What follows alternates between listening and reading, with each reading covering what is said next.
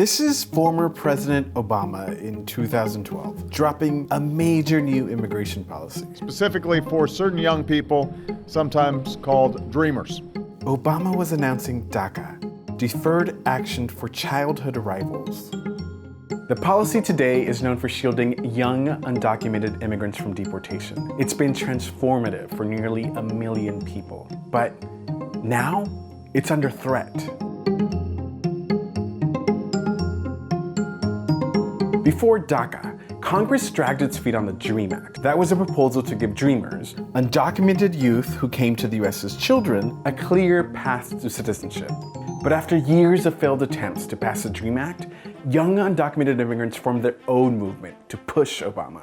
There were petitions, marches, what do we want?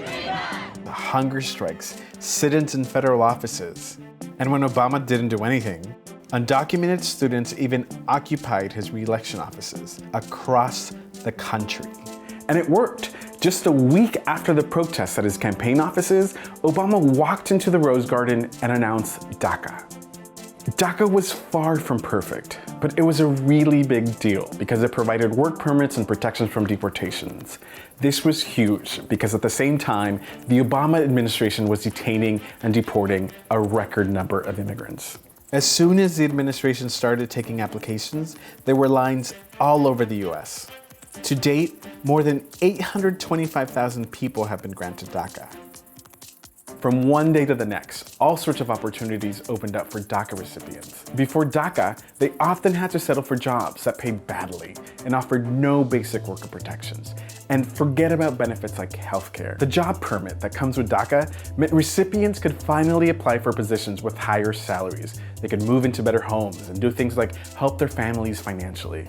Today we see actors with DACA star in Hollywood blockbusters. They're scholars, artists, cooks, farm workers, nurses, and doctors. And they're essential workers who keep the US healthy and safe.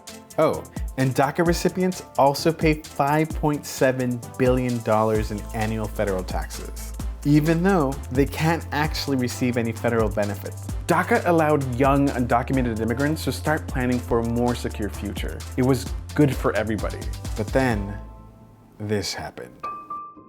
Trump's goal all along was to use DACA as leverage to get more money to build his wall. And when he didn't get what he wanted, he retaliated by trying to end DACA. The fate of DACA has been in the courts for almost 3 years now. Multiple lawsuits have been filed, and DACA recipients and their dreams have been living court case to court case.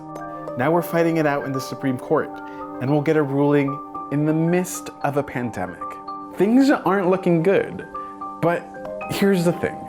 What we can do now is prepare to stand alongside DACA recipients. You can stay connected and join this movement by texting DACA 2020 to 51555.